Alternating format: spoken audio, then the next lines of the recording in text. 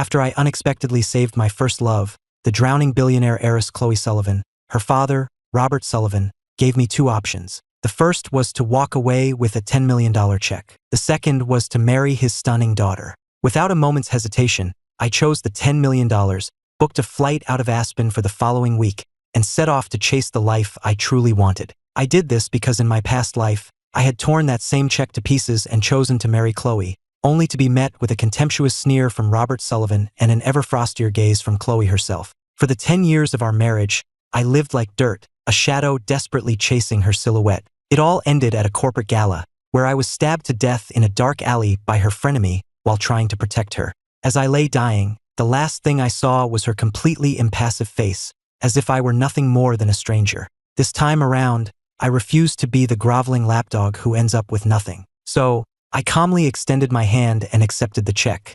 I looked up at Robert Sullivan, a brilliant, almost grateful smile spreading across my face. "Thank you, Mr. Sullivan." My voice wasn't loud, but it echoed like a thunderclap in the lavish private dining room. The entire speech Robert Sullivan had prepared died in his throat, the stern authority on his face instantly replaced by sheer astonishment. He had probably imagined 100 ways I might refuse, but he never in a million years expected me to thank him with a smile. Next to them, the mocking smirk on the face of Chloe's childhood friend, Brad Thompson, froze solid, like a duck suddenly being strangled. And then there was Chloe, the untouchable ice queen who never betrayed an emotion. For the first time, a crack appeared in her perpetually frozen facade. Her pupils constricted slightly and her lips parted, but no sound came out. I carefully folded the check and tucked it into the pocket of my faded jeans, then stood and bowed to Robert Sullivan. "Mr. Sullivan, you have my word. From this day forward, I will never bother Ms. Sullivan again." With that, I turned to Chloe. "I'm sorry for having been a nuisance these past 3 years.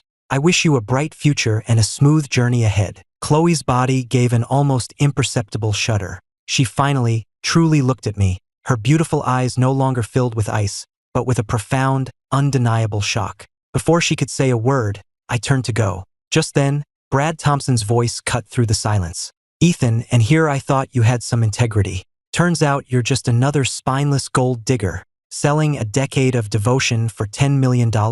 You're pathetic." I stopped in my tracks. In my past life, those words had sent me into a blind rage. I'd lunged at him, only to be beaten to a pulp by his bodyguards and thrown out in disgrace. But now I just turned back calmly, my eyes holding not anger, but a quiet pity. "You're mistaken, Brad. First, it wasn't 10 years, it was 3. Second, it wasn't a relationship, it was my one-sided pursuit. This isn't selling out. It's Mr. Sullivan's reasonable compensation for my efforts over the past 3 years. After all, playing the part of a competent lapdog takes time and energy. $10 million is neither too much nor too little. It's the perfect amount."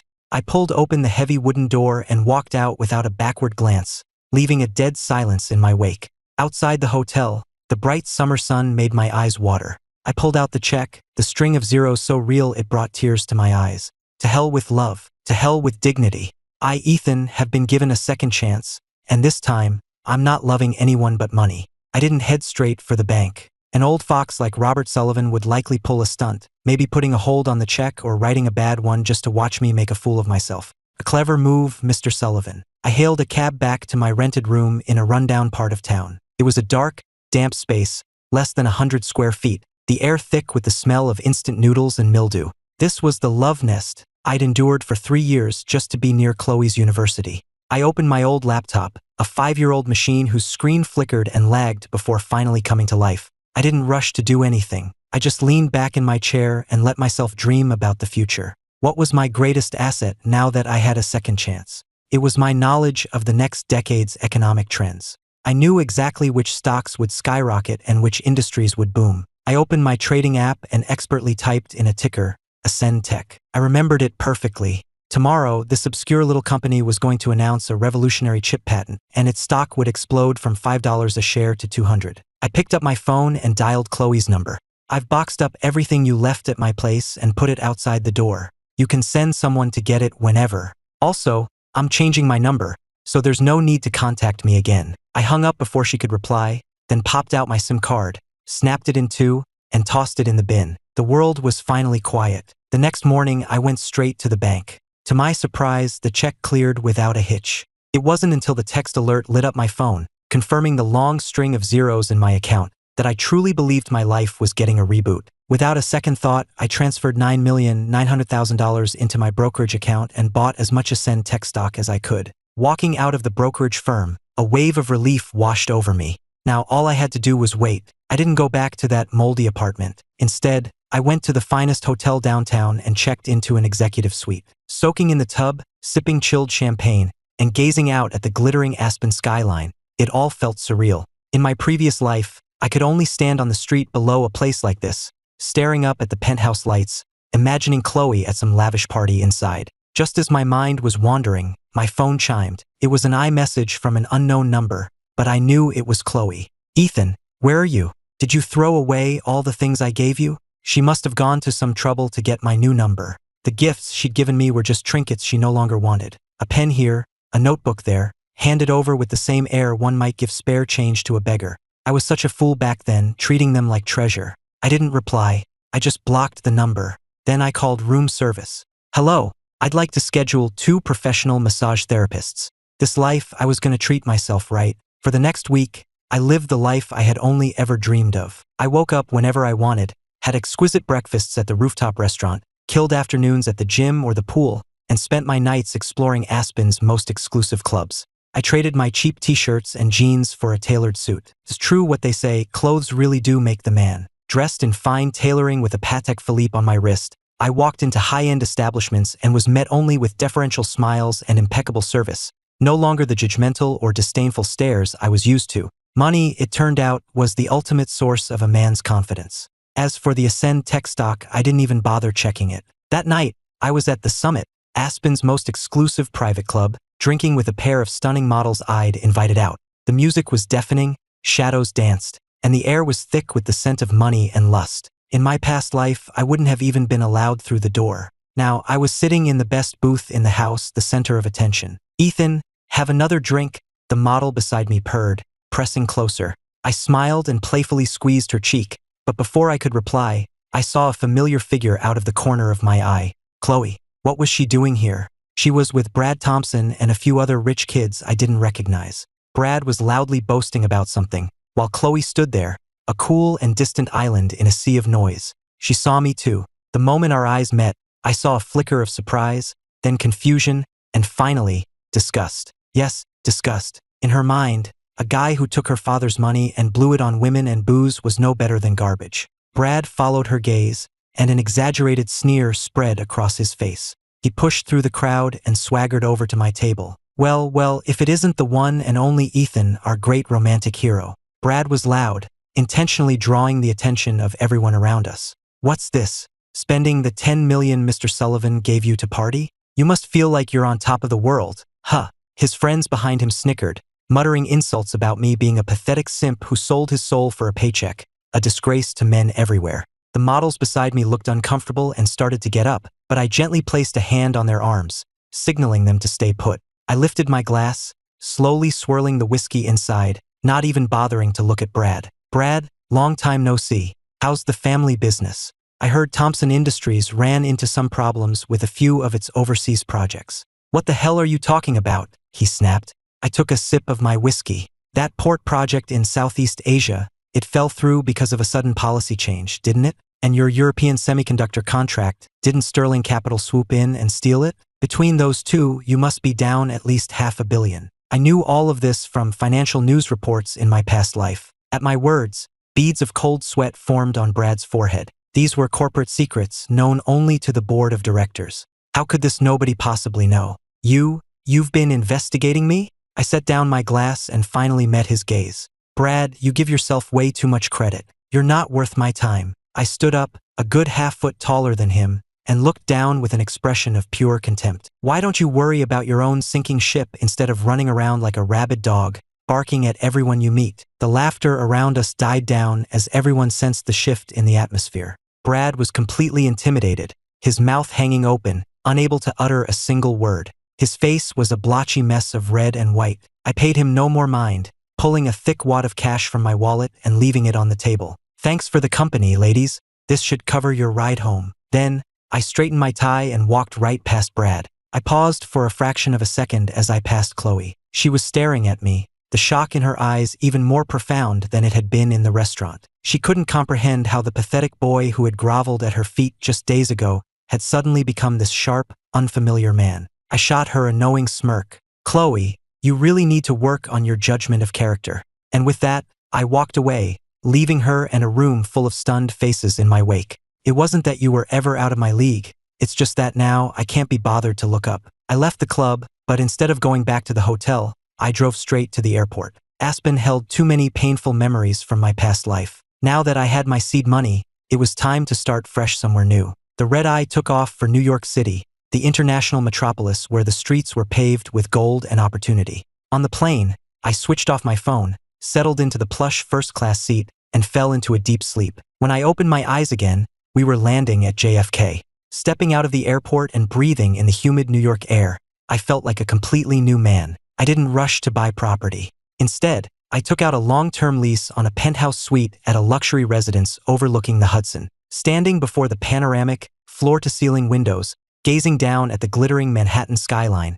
I knew this was where I truly belonged. The moment the market opened the next day, my broker called, his voice trembling with excitement. "Mr. Ethan, it's soaring." Ascend Tech hit the circuit breaker. "Limit up." I just calmly grunted in acknowledgement. "Hold. Don't sell a single share until it hits 150. After hanging up, I began to plan my next move. Stock trading was just quick cash, not a solid foundation. I was going to build an empire. Using my knowledge of the future, I knew that telehealth, electric vehicles, and artificial intelligence would be the next 3 gold rushes. I spent a week drafting a detailed business plan. I would launch a venture capital firm to invest in promising startups in these exact sectors. A month later, just as I'd predicted, Ascend Tech stock price hit $150 a share. My initial investment of nearly $10 million had ballooned into a figure that staggered even me, $300 million. I cashed out immediately, securing my profits. With that capital, my firm, Apex Capital, was officially born in New York City. I leased the top floor of a skyscraper in the financial district with a commanding view of the entire city. I started recruiting, offering salaries well above the industry average to poach the sharpest analysts and traders from Wall Street's biggest firms. At first, these seasoned professionals were skeptical of a kid in his early 20s being their boss. But after I accurately predicted 3 market crashes and led them in a series of short sells that netted us $50 million in a single day, they all shut their mouths. Their looks of doubt turned to respect, and then to something bordering on fanatical reverence. In their eyes, I wasn't just their boss. I was a financial deity. My life became a whirlwind of endless meetings, reports, and appointments. I gradually forgot about Aspen, about Chloe, and about the humiliating past I'd left behind. Then one day, my assistant handed me an invitation. "Mr. Ethan, there's a major international business summit at the Javits Center next week. The organizers sent this over personally." I took it and glanced over it. My fingers paused when I saw the list of co-sponsors. Sullivan Corporation. Some ghosts just refused to stay buried. "Decline it," I said. My assistant hesitated. "Sir, this is a huge event.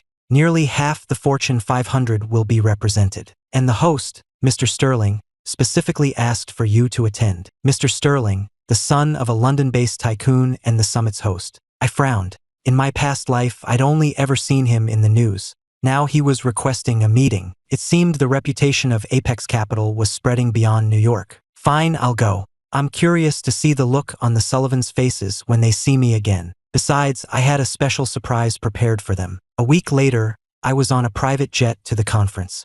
I hadn't expected that the moment I walked into the main hall, Brad Thompson would come storming toward me. "Ethan, what the hell did you do?" I stood under a massive crystal chandelier, feeling the weight of 100 curious stares. Brad grabbed the lapels of my suit like a desperate gambler who'd lost his last chip. His breathing was ragged, and his hands were shaking. He must have just gotten the news that the Thompson Industries port project had officially been terminated. "Ethan, what did you do?" I glanced down at his trembling hands. Just a few weeks ago, he was the arrogant heir to a fortune. Now, he was just a pathetic clown. I felt no anger, only the calm of someone who sees the whole board. "Brad, this is a very expensive suit. I'm not sure you can afford to replace it anymore." I gripped his wrist and applied the slightest pressure. He yelped in pain and let go. I calmly smoothed the lapels of my suit. This feeling of complete control was infinitely better than the desperate groveling of my past life. "Apex Capital, where did you get that kind of money? How could you possibly know our company's secrets?"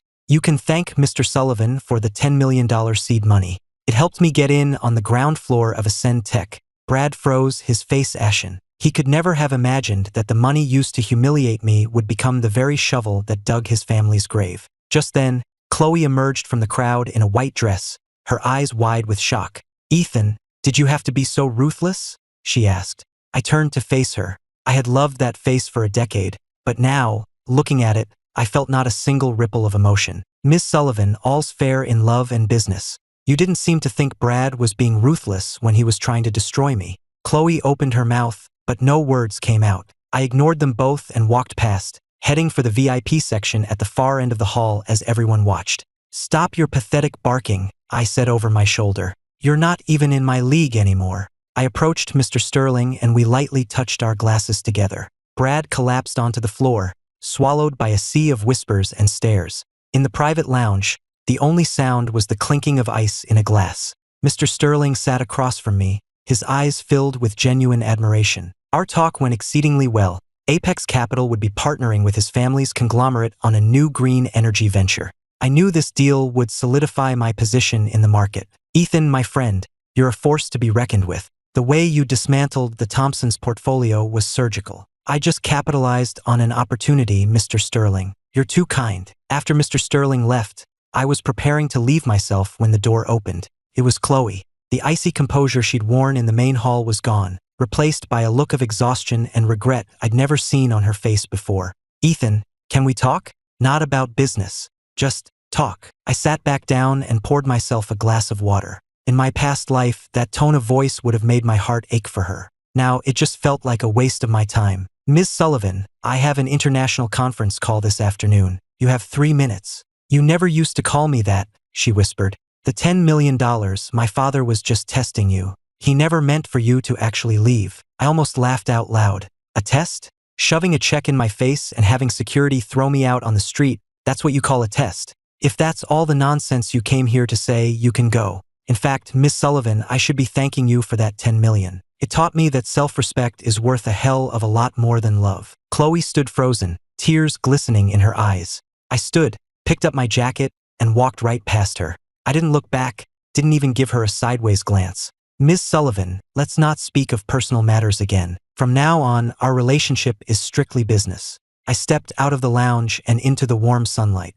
I realized that in letting go of my obsession, even the air felt cleaner. 3 days after returning to New York, I got a call from Robert Sullivan. His voice had lost its commanding tone. Now it was laced with a poorly disguised panic. I sat in my top-floor office at Apex Capital, looking out over the city, and put him on speaker. "Ethan, what is your game? You destroyed the Thompsons deal, and now you're launching a hostile takeover of Sullivan Corp. Mr. Sullivan, you're the one who taught me that business is all about profit. I see value in your company's stock. Is that a problem?" I heard the sound of glass shattering on the other end of the line. The great Robert Sullivan was clearly losing his composure. In my past life, he saw me as less than nothing, a failure who would never make it. Now, I held his entire legacy in the palm of my hand. "This is revenge. You're doing this to destroy my family because of Chloe. You give your daughter too much credit. Revenge? No, this is just good business." I hung up the phone and blocked his number. Watching the stock ticker on my screen, I felt perfectly calm. Sullivan Corp was a house of cards, all shiny facade and rotten foundations. His books had been a disaster for years. All I needed to do was give it a little push, and the whole empire would come crashing down. "Mr. Ethan, Ms. Sullivan is in the lobby. She insists on seeing you." I ran a thumb over the face of my Patek Philippe, the corner of my mouth twitching into a smirk. A few weeks ago, I wasn't even worthy of stepping foot in her family's mansion. Now, the great heiress was waiting in my lobby. "Let her wait," I said. "I'll be down when I'm done with this report." I took a sip of coffee. The bitter taste sharpened my senses. I was going to make Robert Sullivan understand the true price of that $10 million check he'd thrown in my face. 2 hours later, Chloe was finally shown into my office. She looked haggard, her meticulous makeup failing to conceal the dark circles under her eyes. She was clutching a folder, Sullivan Corp's last-ditch plea for salvation. "Ethan, I'm begging you, please call it off. My father's health is failing. If the company goes under, it will kill him." I swiveled in my chair to face the woman who had once been so far above me. In my past life, I died for her in a dark alley, and she didn't even come to my funeral. Her begging now was a bitter irony. Ms. Sullivan, if you're going to beg, you should at least act like it. I've seen that restructuring proposal. I'm not interested. Then what do you want? I'll agree to anything, just save the company. I stood and walked over to her. She instinctively took a step back, a flash of fear in her eyes. I reached out, snatched the folder from her hands, and dropped it into the shredder. I want a 51% controlling stake in Sullivan Corp., I said, and I want your father to issue a public apology to me. That's impossible. My father would never agree to that. I settled back into my chair and lit a cigar. My eyes, seen through the haze of smoke, were cold and sharp as glass. Then we have nothing more to discuss. Ms. Sullivan, I will complete the acquisition by market close tomorrow. At that point, your family will not only have lost its company, but will also be buried under a mountain of debt. Chloe sank into a chair, completely devastated. She looked at me as if I were the devil himself, but I knew I was only claiming what was rightfully mine. Get out. You're wasting my time. Chloe staggered out of my office. As I watched her go, the last trace of pity in my heart evaporated. The game was just beginning, and the Sullivans were merely the first stepping stone of my empire. I sat in my car across the street, watching the creditors swarm the entrance of the Sullivan Corp building. Robert Sullivan was probably holed up in his office, frantically calling in favors from all his old cronies. In my past life, these were the same men who drunkenly promised to look out for me, only to be the first to pick over the scraps of the Sullivan family's collapse. Damn it, Peterson, I saved your company when you were going bankrupt, and now you want to talk market price for your shares. I listened to the desperate shouting coming through the bug I'd planted, a cold smirk on my face. Robert Sullivan still didn't get it. In his world, there were no permanent friends, only permanent interests, and I had offered Peterson triple the market rate. Since Mr. Sullivan refuses to apologize, let's turn up the heat. I ended the call and signaled my assistant to initiate Phase 2. Within 10 minutes, allegations of massive accounting fraud at Sullivan Corp were the top story on every financial news network. This was the surprise I'd been preparing. Every single data point was a precision strike against the company's weakest points. Impossible. Only the executive board had access to these ledgers. Ethan, how did you get this information? I stared up at the darkened window of the penthouse office, imagining Robert Sullivan's face contorted in despair. In my past life, I'd worked myself to the bone, even taking out loan shark money, to help him cover up these very discrepancies. This time, they were his damnation. Mr. Sullivan, I murmured to myself, we're just getting started. The stock plummeted, trading halted. Billions of Sullivan Corp's market cap vanished in less than an hour.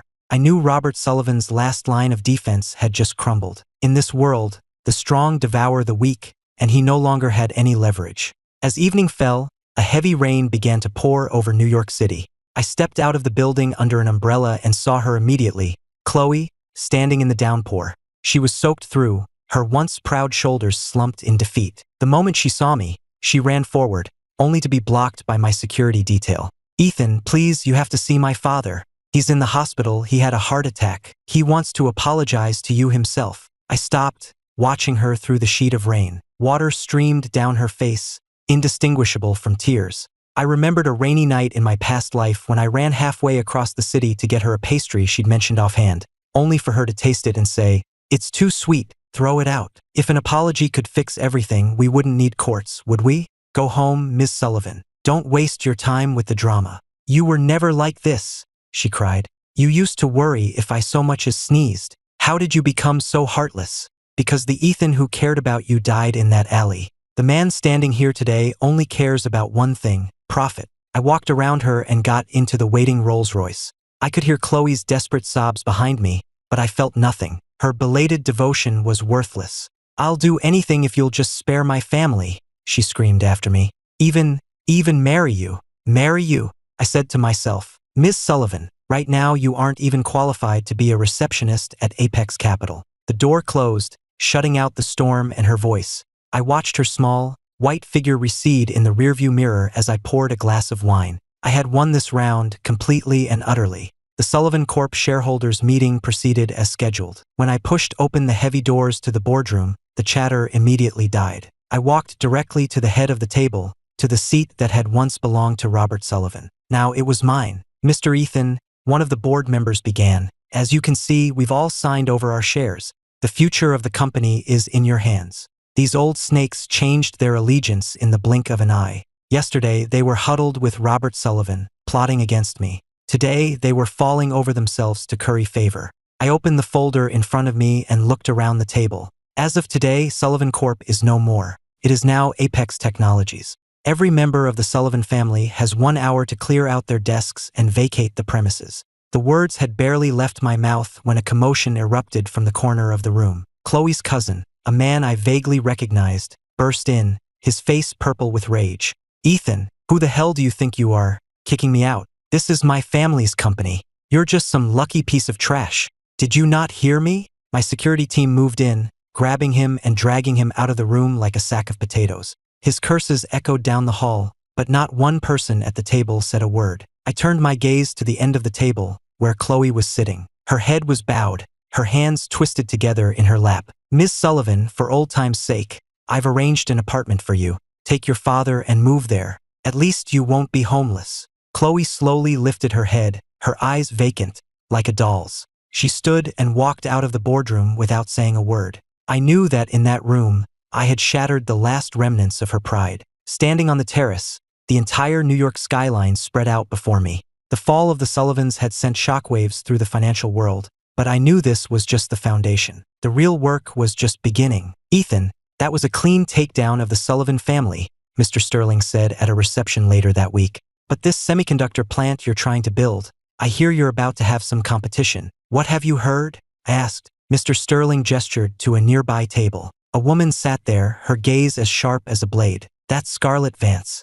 She runs the Vance family's operations out of DC. She's poised to dominate the AI sector for the next decade, and she wants that project too. They call her the Crimson Witch for a reason. She's more ruthless than you can possibly imagine." "Good," I replied. "It's no fun playing against a weak opponent." As if feeling my gaze, Scarlett Vance turned and raised her glass to me, a challenging, appraising smile on her lips. In my past life, the Vance family hadn't made a move on the New York market for another 3 years. It seemed my rebirth had accelerated the timeline, bringing a powerful new player to the board. "Scarlett Vance. In my past life, while you were conquering the business world, I was still playing chauffeur for Chloe. This time, let's see who the real predator is." I returned her smile with a polite nod and walked away. I needed to revise my strategy. The arrival of the Vance family was an unexpected complication, but it was also an opportunity. If I could absorb their southern assets, Apex Capital would be unstoppable. After finalizing the paperwork on some strange impulse,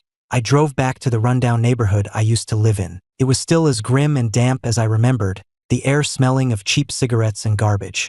Then I saw a familiar figure, struggling with a cardboard box. It was Chloe. "I bet you never expected this," she said, her voice flat. "I ended up in the same shithole you used to live in. Is this the revenge you wanted?" She leaned against the grimy wall, holding a cup of instant ramen. The heiress who once wouldn't set foot in anything less than a 5-star restaurant was now haggling over a few $100s in rent. "I never wanted revenge," I said. "I just took back what was mine. How you live your life now is none of my concern." "Ethan, if I hadn't accepted that check from my father, if things had been different, would you have loved me forever?" The question caught me off guard for a second, and then I laughed. It was a question that had haunted me in my past life, but now it just sounded pathetic. "There are no ifs, Chloe. You can't live in the past." I pulled a roll of cash from my pocket and set it on the box next to her. It wasn't pity, it was a final settlement. "This is the last thing I'll ever do for you. Stay out of my sight from now on." I turned and walked toward the luxury car waiting at the end of the alley. I could hear Chloe's muffled sobs echoing behind me. I started the engine and drove back toward the glittering heart of the city, and I never looked back. Outside the window, the clouds hung low over the New York skyline. Scarlett Vance sat across from me, not in her usual power suit, but in a deep violet dress that softened her image but did nothing to dull the predatory glint in her eyes. I focused on preparing tea, the steam rising as I poured the hot water. "Mr. Ethan," she began, "I hear you utterly destroyed the Sullivan family to secure that semiconductor project. You have excellent sources, Ms. Vance. It was a simple business acquisition. Destroyed is such a strong word." I poured a cup of tea and slid it across the table to her. In my past life, Scarlett was infamous for her ruthlessness, for using information advantages to corner her rivals. Too bad for her. Today she was up against a man who knew the next 10 years of headlines. "The Vance family is determined to win that contract," she said. "Name your price to withdraw your bid." "Ms. Vance," I replied, Do I look like I need the money? She paused, clearly not expecting such a direct refusal. She had done her homework on me. Her files probably still described me as the desperate kid who'd trade his dignity for a check. What she didn't know was that my appetite was now far, far bigger than she could imagine. Ethan, good business is about playing the long game. Making an enemy of the Vance family is not a smart move for Apex Capital. I have a character flaw, Ms. Vance. The more someone tells me I can't have something, the more I want it. The temperature in the room seemed to drop 20 degrees. Scarlett didn't touch her tea. She stood, her heels clicking sharply on the polished floor. She paused at the door, glancing back over her shoulder. Let's hope that bravado of yours lasts until the bidding next week. The door closed. I set down my cup and watched the storm clouds gathering outside. The Vance family was a problem, yes, but I knew something she didn't. Next week, a failed overseas acquisition was going to put her in a severe cash crunch. That was my ace in the hole. The hospital corridor was deathly quiet, smelling strongly of antiseptic. I pushed open the door to a private room and saw Robert Sullivan lying in bed, an oxygen tube in his nostrils. In just a few weeks, he had aged decades. He was gaunt, his hair completely white. Chloe sat by his bedside, quietly peeling an apple. "What are you doing here?" she asked without looking up. "Come to gloat. I don't have time for that. I'm here to discuss a business matter with Mr. Sullivan." Robert Sullivan's eyes fluttered open, his hazy gaze finally focusing on me. He tried to speak, his voice a dry, cracking whisper. I stood over his bed, looking down at the man who had once tried to buy me off like trash. You won," he rasped. "The company is gone. What more could you possibly want? I want the deed to the old Sullivan manufacturing plant on the outskirts of the city. In exchange, I'll cover all of your medical bills and give Chloe a respectable job." The apple fell from Chloe's hand and rolled to a stop at my feet. She stared at me, her eyes a mixture of fury and humiliation, but above all, helplessness. She knew they were in no position to refuse. "Ethan, do you have to strip us of our very last shred of dignity? Dignity is something you earn, not something you're given," I said. "Sign the papers, Robert." With a trembling hand, Robert Sullivan signed his name. I collected the documents without a second glance. I knew that beneath that derelict factory lay the path of a new subway line, destined to become the city's next major commercial hub. In my past life, the Sullivans had sold that land to the Thompsons for a pittance, completely unaware of its potential. This time, that gold mine was mine. "Report to HR at Apex Capital tomorrow," I said to Chloe. "You'll be my executive assistant. It's your only option." I left the room. Chloe didn't follow me out. I knew she would take the job. She had no other choice. The next day, Chloe stood in front of my desk, dressed in a charcoal gray business suit. She looked nervous, her knuckles white as she gripped a file. I didn't look up from the proposal I was reading. "Ms. Sullivan, make 10 copies of this report. You'll be accompanying me to a meeting with Scarlett Vance at 3 p.m. The Vance family is a major power in D.C., she said hesitantly. "Are you sure you want to challenge them directly?" I put down my pen and looked at her. I could still see a flicker of her old arrogance, but it was mostly buried under a reluctant acceptance of her new reality. "Your job is to follow orders, not ask questions." That afternoon, the auction room was thick with tension. Scarlett Vance and her team sat on our left, every one of them radiating an aura of absolute confidence. I sat on the right, with only Chloe standing behind me. As soon as the bidding opened, Scarlett started with an incredibly high offer. "Well, Mr. Ethan," she said, looking at me, "are you going to match that?" "I'm not," I said, "but I would advise you to take the call you're about to get from your assistant." Scarlett frowned just as her assistant hurried into the room and whispered urgently in her ear. The color drained from Scarlett's face. I knew exactly what had just happened. 10 minutes ago, their major European acquisition had been blocked by regulators. Their capital was now frozen. "This was you," she hissed. "I simply knew the outcome ahead of time," I replied. "Ms. Vance, since you no longer have the liquid assets to compete, I'll be happy to take this project off your hands."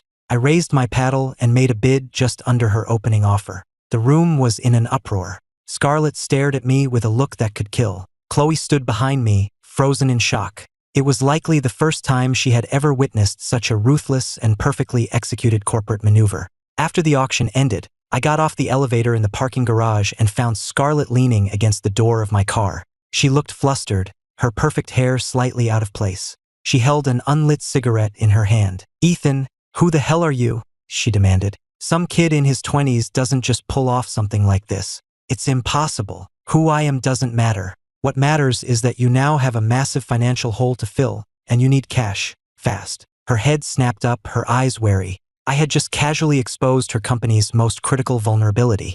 I walked over, took the cigarette from her fingers, and tossed it in a nearby bin. The Vance family is powerful in DC, and I have no desire for an all-out war. I'll give you a $5 billion bailout. In exchange, I want a controlling interest in all of your Southern AI research labs. You're a goddamn vulture, she spat. I am, but you and I both know that no one else will touch you right now. I'm your only option. Scarlett was silent for a long time. She was a smart woman. She knew the difference between pride and survival. When she finally looked at me, her expression was a complex mix of hatred and a grudging, unfamiliar respect. Deal, she said finally, but I have one condition. I want a stake in Apex Capital. Done, I replied, but you'll be a silent partner. You get a share of the profits, but no say in my decisions. I opened the car door for Chloe. She looked from Scarlett to me, her face a mask of pure astonishment. She had always seen Scarlett Vance as an invincible titan of industry, a myth,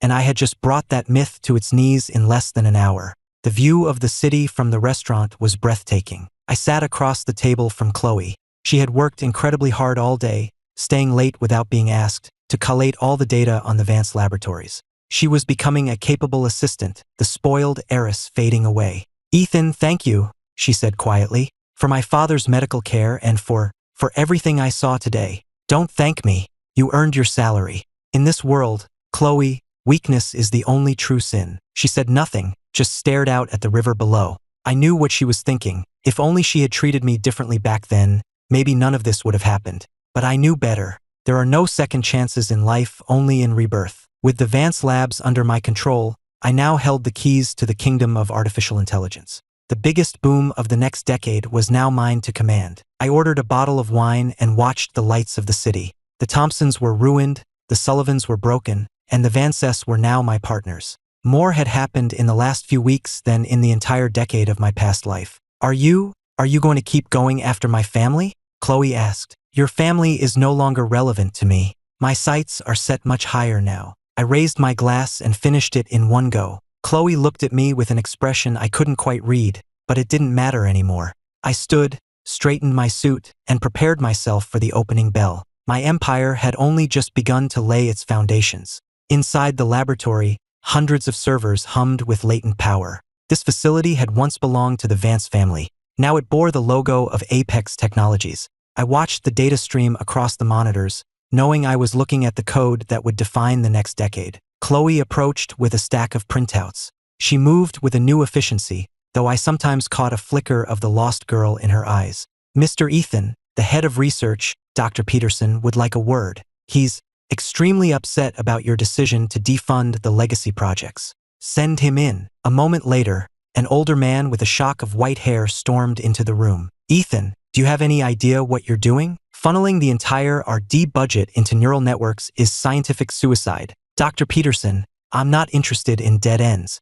I'm interested in the fastest way forward. I walked to the whiteboard and scribbled out a series of complex equations, the core of a deep learning algorithm that wouldn't be discovered for another 3 years in my old life. The furious blush on Dr. Peterson's face vanished, replaced by stunned silence. He stared at the whiteboard, his breathing growing shallow and quick. This is impossible. How could you have conceived of this? I'm a businessman, doctor.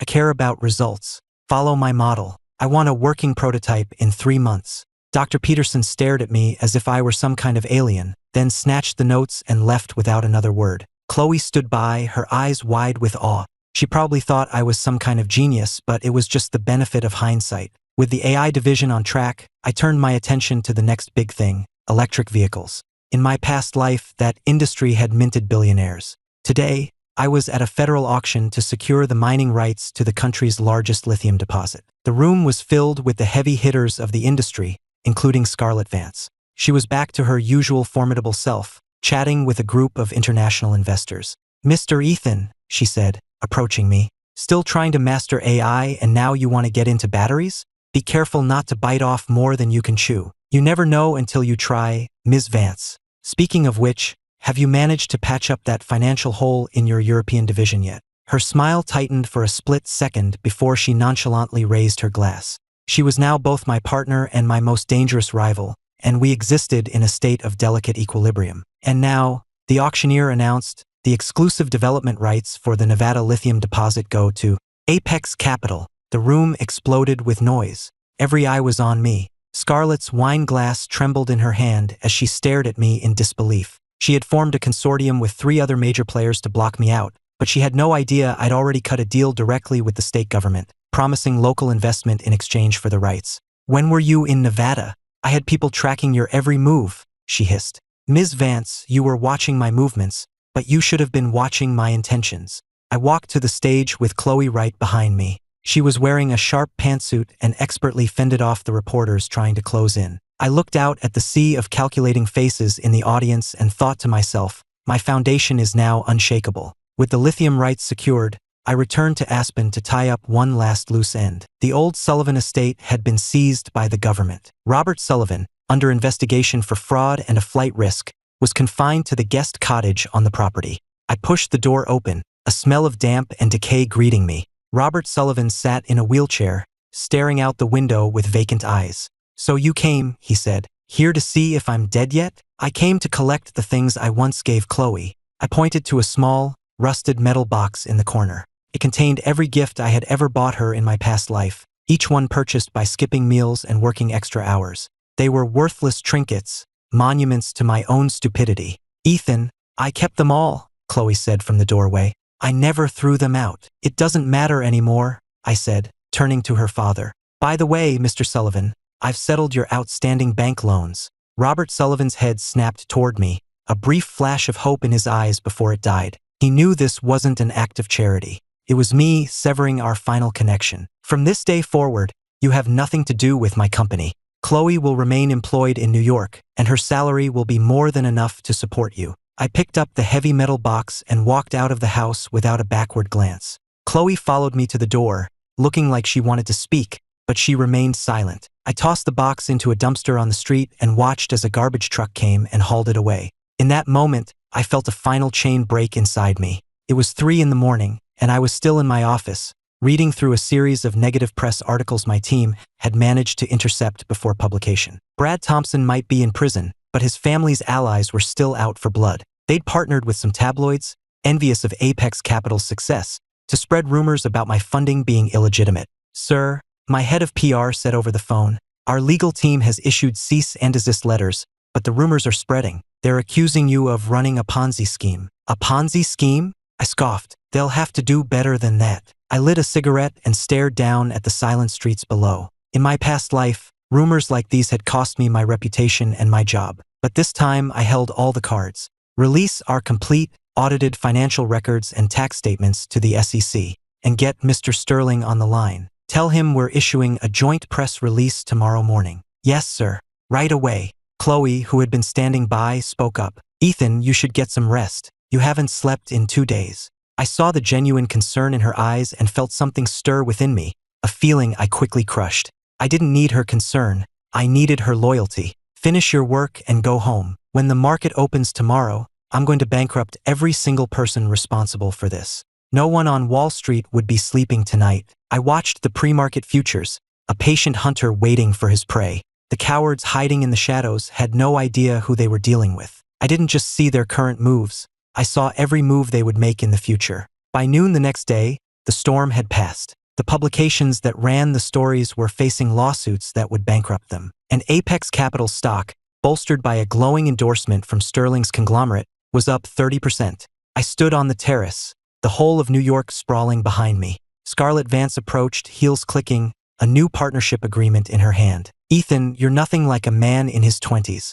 Sometimes I think you're an ancient devil in a young man's body. Is that a compliment or an insult, Ms. Vance? She came to stand beside me, looking out over the water. The Southern labs are fully integrated. Our first proprietary AI chip is ready for mass production. This was it. The moment I transitioned from a successful investor to a true industry titan. There are people in DC who are taking notice of you, she warned. My family's influence can shield you for a time, but not forever. You need an escape plan. I don't need an escape plan, I said. Every step I take forward creates its own path. Just then, Chloe came over and gently draped a jacket over my shoulders. She had settled into her role, quiet, efficient, all traces of the spoiled heiress gone. I looked out at the city lights, knowing the real game was only just beginning. Washington, D.C. In my past life, I wouldn't have even been allowed in the same room as the people there. This time, I would make them all learn my name. I turned and walked back into my office, with Scarlett on one side and Chloe on the other.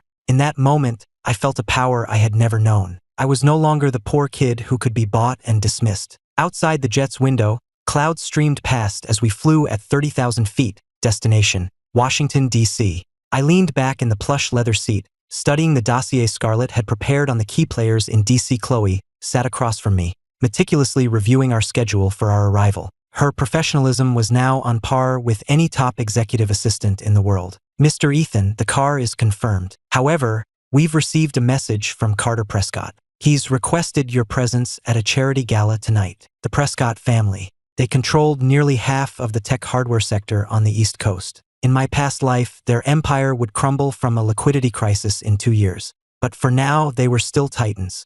An invitation from Carter Prescott at this exact moment was a clear power play, a warning to the new guy in town. Scarlett warned us they play dirty, Chloe said. Should I decline? Why would I decline? He's gone to all the trouble of setting the stage. It would be rude not to show up for the performance. The plane touched down smoothly at Dulles. As I stepped onto the tarmac, the crisp, cold DC air hit me. This wasn't the gentle climate of Aspen or the vibrant energy of New York. This was the heart of American power. I straightened my tie and walked toward the waiting black Cadillac. In my past life, I'd delivered pizzas in this city. This time, I would make the city itself take notice of me. The car moved smoothly through the streets. Watching the historic brick buildings and monuments pass by, I felt a deep sense of calm. The Prescotts, the DC establishment, it didn't matter. To a man who knew the next 10 years, they were all dinosaurs, relics of a bygone era. The country club was a sea of luxury cars. A hostess led me inside. As I entered the ballroom, the conversations died down, and dozens of pairs of eyes turned to appraise me. Carter Prescott stood in the center of a circle of admirers, swirling a glass of champagne, a look of inherited arrogance etched on his face. Well, so this is the famous Ethan, the man making all that noise in New York. You don't look so special to me, he said. His cronies laughed on cue. Chloe, standing behind me, tensed for a moment, but she quickly composed herself. I ignored Carter's taunt, walked over to an empty couch and sat down. Monsters have 3 heads and 6 arms, Mr. Prescott. I'm just a simple man who enjoys making money. Making money? He sneered. The money in this town isn't for outsiders. I hear you want a piece of the semiconductor market. My advice? Go back to New York before you lose your shirt. He slammed his glass down on the coffee table, splashing wine. I'd seen this kind of petty intimidation tactic 1,000 times in my past life. I calmly took out a handkerchief, wiped my hands, and met his gaze. Mr. Prescott, instead of worrying about my shirt, you should be worrying about that shipment of rare earth minerals your family has tied up in customs in Southeast Asia. If I'm not mistaken, your entire quarterly production depends on it. Correct.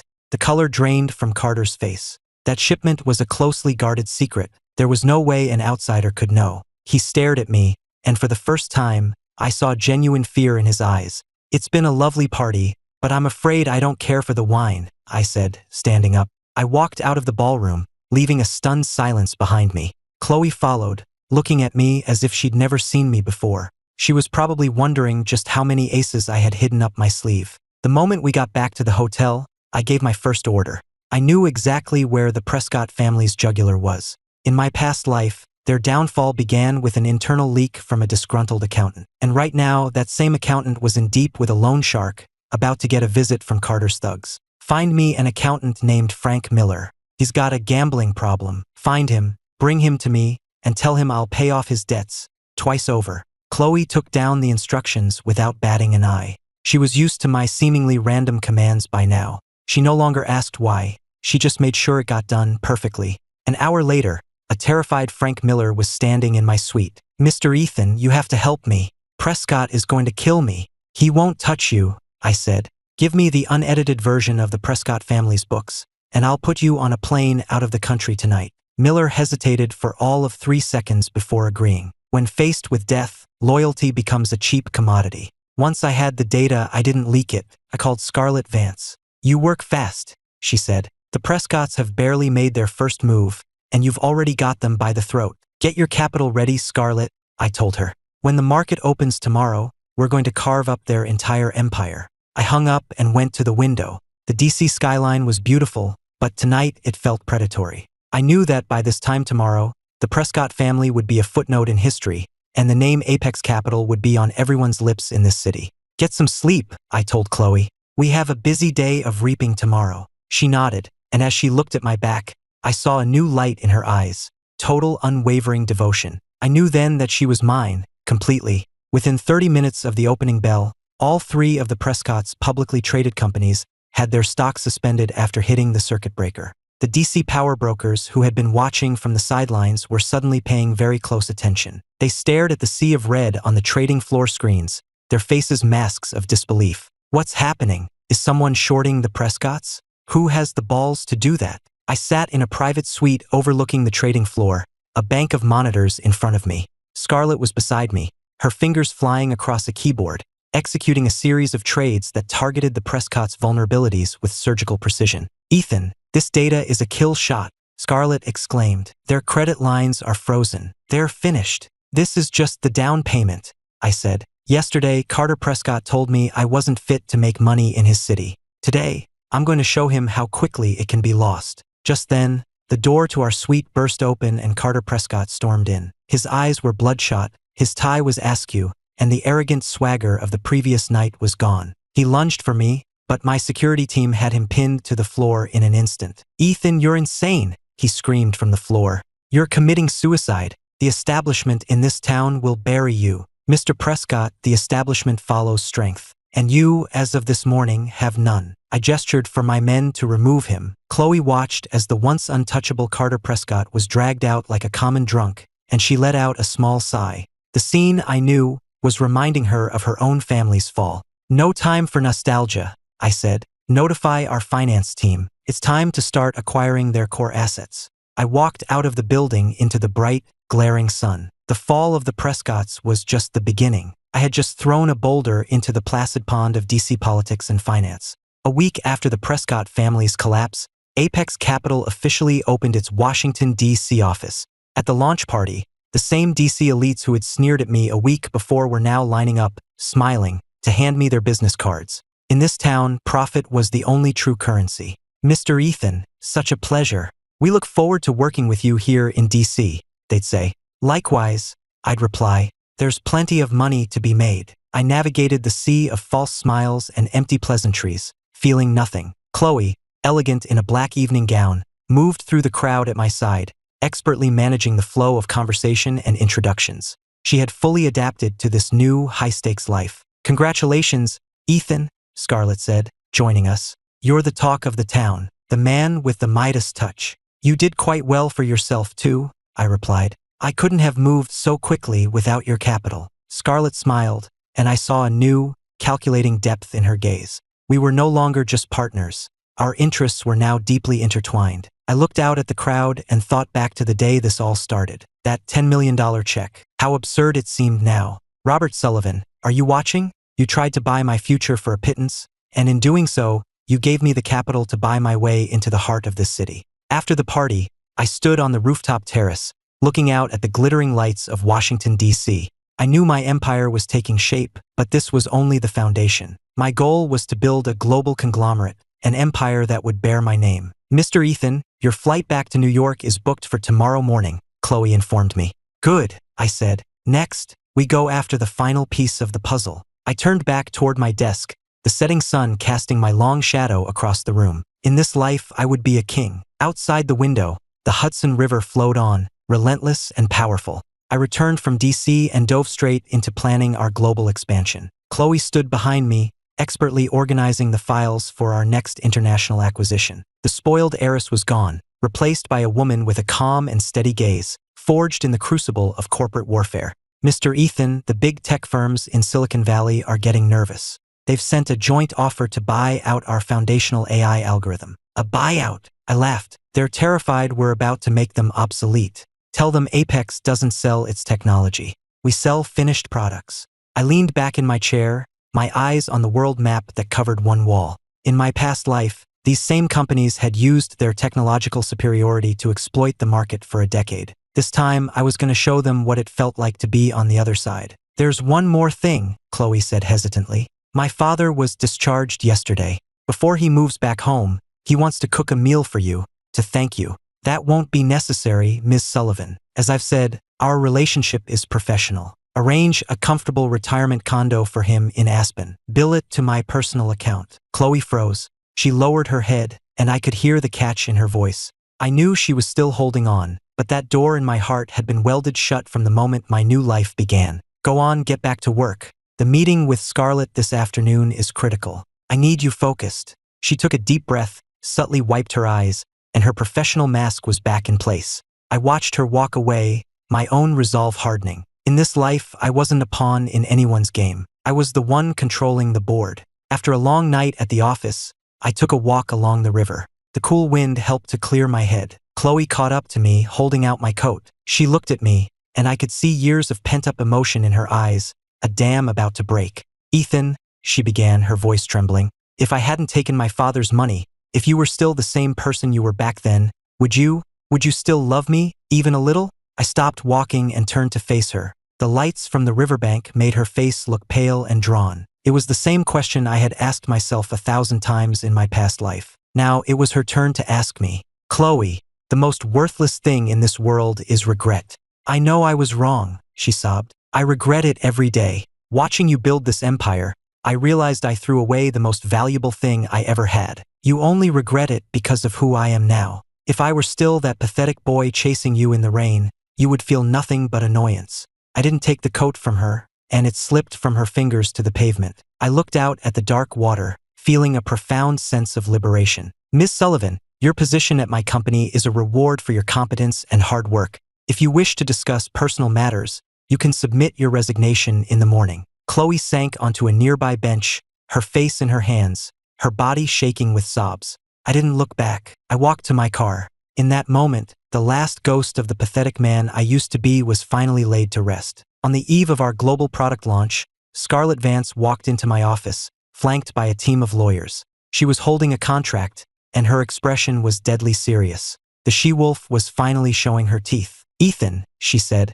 the Vance family is exercising its option for a follow-on investment. We're increasing our stake in Apex Technologies to 40%. Ms. Vance, I replied coolly, are you attempting a hostile takeover? Scarlett leaned across my desk, her power and presence filling the room. The Vance family, it was clear, was no longer content to be a junior partner. They wanted control of my AI empire. This comes from the patriarch of the family himself. If you refuse, our entire Southern research and supply chain network will shut down tomorrow. Scarlett, I said, leaning back in my chair, did you really think I'd let you in the door without having an ace up my sleeve? I pulled up a hidden network schematic on my monitor. As Scarlett looked at the screen, her face went pale. She was looking at the location of our primary server farm, housing the keys to all our core algorithms. Deep underground, beneath that old factory I'd acquired from the Sullivans. Feel free to pull your funding, Scarlett, but without access to my core servers, your labs are nothing but expensive paperweights. She stared at me for a long, silent moment, and then she began to laugh, a dry, self-mocking sound. She retracted the contract and smoothed her hair. Ethan, you truly are insane. It seems I have no choice but to remain your partner. The smart choice, I said. A pleasure, as always, Ms. Vance. As she walked out, I wiped a bead of cold sweat from my brow. It had been a hell of a gamble, but I'd won. Because I didn't just know the future of technology. I knew the future of human greed. Spotlights converged on the stage, where I stood before an audience of the world's most powerful political and business leaders. In the wings, Chloe stood with her fists clenched. I straightened my tie and, to the sound of thunderous applause, stepped up to the podium. Today, I began. We redefine the future.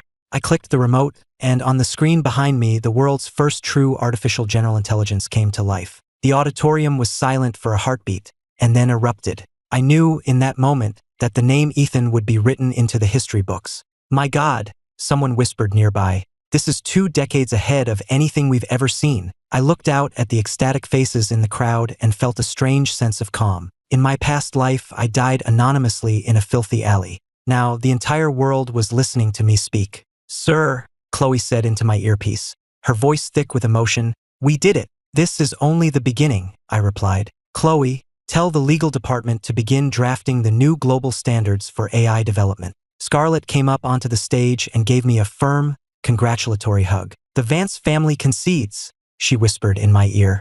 I pushed open the doors to leave the auditorium and was met by a sky full of stars and a sea of flashing cameras.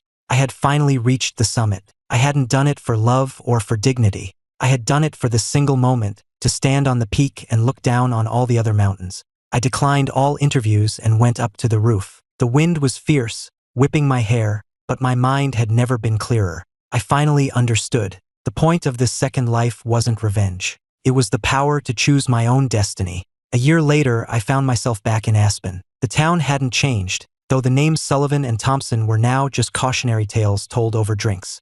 I stood before an unmarked grave, wearing a black coat and holding a small bouquet of white daisies. It was the pauper's grave where they had buried my body in my past life. I lived well for you, I said quietly, and I got your revenge. You can rest now. I set the flowers down and turned to see Chloe standing a few yards away. She had quit her job and was now teaching at a local elementary school.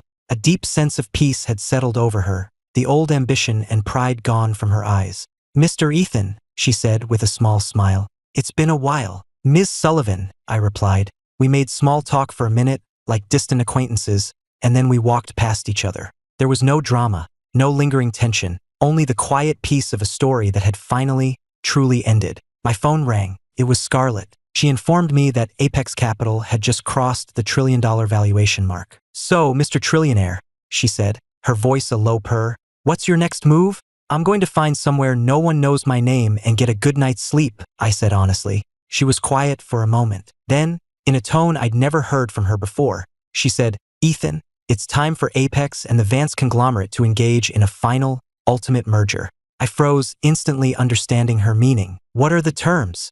I asked, my voice pure business by reflex. The terms are a joint partnership, you and I, ruling this empire together. Her voice was filled with absolute certainty. In this world, Ethan, only a queen is fit to share a king's throne. I ended the call and looked out at the vast night sky. After a long moment, a genuine laugh escaped my lips. In this life, I had sworn to love no one, only money. But perhaps, I could make an exception for the one queen who could stand beside me and survey our kingdom. I picked up my keys and started the car. My destination was no longer some quiet retreat. It was Washington, D.C. Our empire was just beginning.